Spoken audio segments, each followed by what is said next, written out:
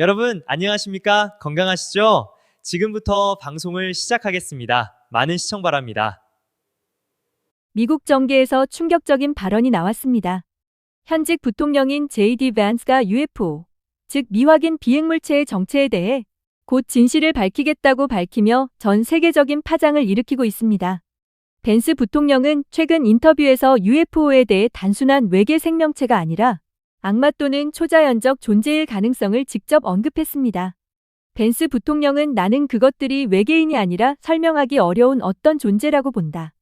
또한 이 문제를 끝까지 파헤치겠다.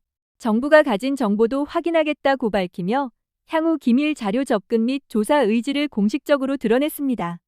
이 발언은 단순한 개인 의견을 넘어 미국 최고 권력 핵심에서 UFO 진상 규명을 공식 언급했다는 점에서 큰 의미를 갖고 있습니다. 이와 맞물려 현재 도널드 트럼프 대통령 역시 UFO 및 외계 관련 기밀 파일 공개를 추진 중입니다. 밴스 부통령은 정부 문서 전면 공개 지시와 함께 UFO, UAP 미확인 공중현상 자료까지 포함해 투명성 강화를 함으로 명분을 강조할 것이라고 했습니다. 하지만 전문가들은 실제 핵심 정보는 여전히 공개되지 않을 것이라는 회의적인 시각도 함께 나오고 있습니다. 지금까지 전 세계 UFO 의문 사건 총 정리해보면 이제 중요한 부분입니다. 왜 이런 발언이 나왔는가입니다. UFO는 단순한 음모론을 넘어 수십 년간 실제 군사 정보 보고가 축적된 현상입니다. 그 보고 중에서는 군사기지 상공 UFO 출현과 미군 핵미사일 기지 상공에서 UFO 목격 일부 사례에서는 미사일 작동 이상 보고는 군사 시스템까지 영향을 준 정체불명 물체라고 보고서가 작성됐다는 점입니다. 더욱 궁금점을 불러일으키는 점은 내부 고발자 폭로에 있습니다. 대표적으로 미 정보기관 출신 데이빗 그라시는 정부가 비인간 기술 보유와 UFO 회수 프로그램 존재 관련 은폐 행위 있었다고 주장했습니다. 하지만 공식적으로 확인된 증거는 아직 없다는 것입니다. 한편 이러한 논의 거리의 과학계는 신중한 입장을 유지하고 있습니다. 그러나 정부의 실제 조사 프로그램이 있었는데 미국은 이미 수십 년간 UFO를 조사해왔습니다. 대표적인 사례는 프로젝트 블루북, UAP 태스크포스 등은 최근 공개법 UAP Disclosure Act에 따라 일부 기록은 공개되었지만 핵심 내용은 여전히 제한적 공개 상태인 것입니다. 이러한 논쟁에 있어서 정부 은폐설과 디스클로저 운동이 전 세계적으로 퍼진 주장입니다.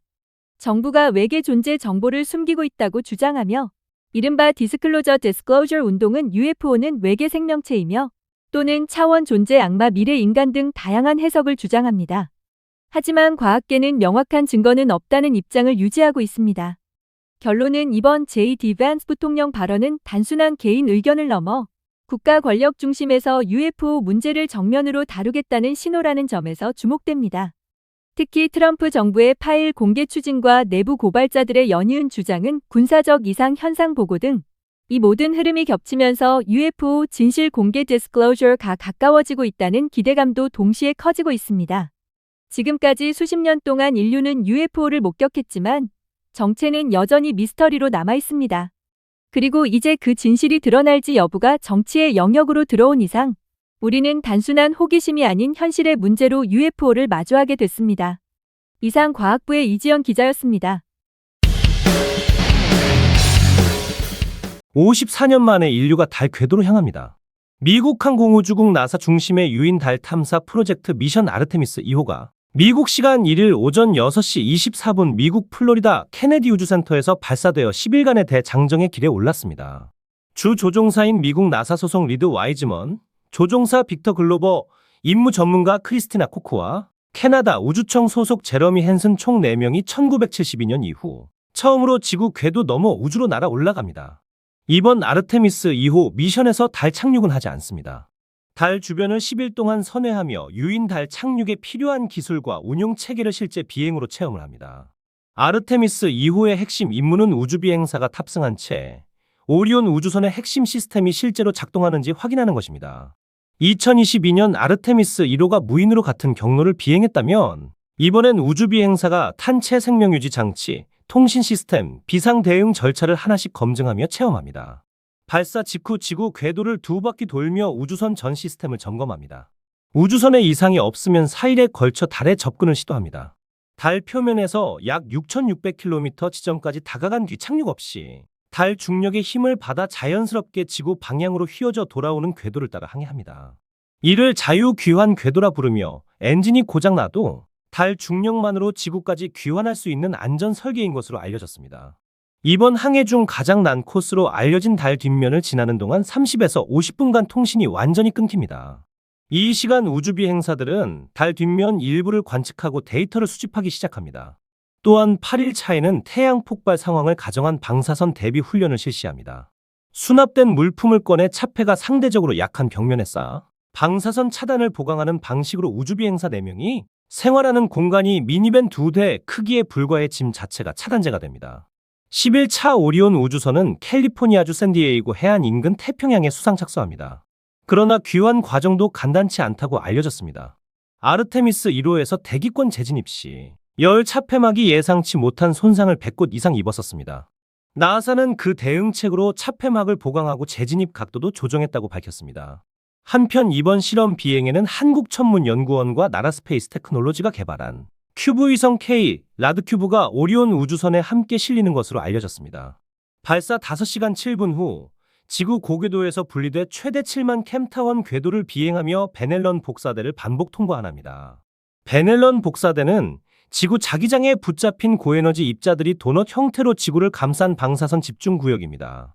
방사선이 워낙 강해 위성이 장시간 머물면 전자 장비가 손상되기 때문에 대부분의 위성이 이 구역을 피해 설계되기 때문입니다. 한국에서 제조된 K 라드큐브는 오히려 이 구역을 반복 통과하며 데이터를 수집하는 역할을 맡습니다. 이번 K 라드큐브가 실린 목적은 2가지입니다. 먼저 우주 방사선을 정밀 측정해 지구와 달 사이를 오가는 우주 비행사에 미칠 방사선 환경을 측정하고 영향을 분석합니다. 이와 함께 삼성전자, SK 하이닉스 반도체 소자가 강한 방사선 환경에서 어떻게 성능이 저하되는지 실제 데이터를 확보할 것으로 알려졌습니다.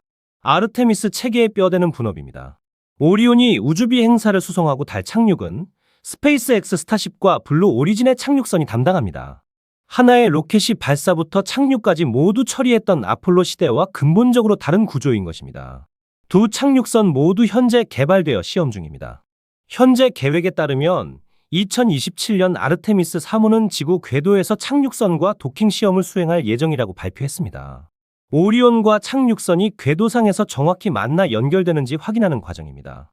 만약 이 시험을 통과하면 2028년 아르테미스 4호에서 우주비행사가 착륙선으로 옮겨 타고 달 착륙을 목표로 한다고 밝혔습니다. 이 우주선의 착륙 목표 지점은 달 남극입니다. 달에 물이 존재한다는 사실은 밝혀졌지만 기온과 양, 순환 여부는 아직 확인되지 않았습니다. 햇빛이 수십억 년 동안 한 번도 닿지 않은 남극 깊은 그늘 속에 얼음 형태로 묻혀 있을 가능성이 높다는 것이 과학자들의 설명입니다. 만약 얼음이 확인되면 우주비행사의 식수는 물론 로켓 연료로도 활용할 수 있습니다. 그렇게 되면 인간은 장기적으로는 달 기지를 건설하고 이를 화성 유인 탐사의 발판으로 삼는 것이 아르테미스 프로그램의 최종 그림입니다. 이번 아르테미스 2호의 성공은 그 출발점이 되는 것입니다. 이상 김진행 기자였습니다. 뉴스를 마칩니다. 감사합니다. 지금까지 시청해주셔서 대단히 감사합니다. 구독과 좋아요를 눌러주시는 것은 사랑입니다. 빠이빠이.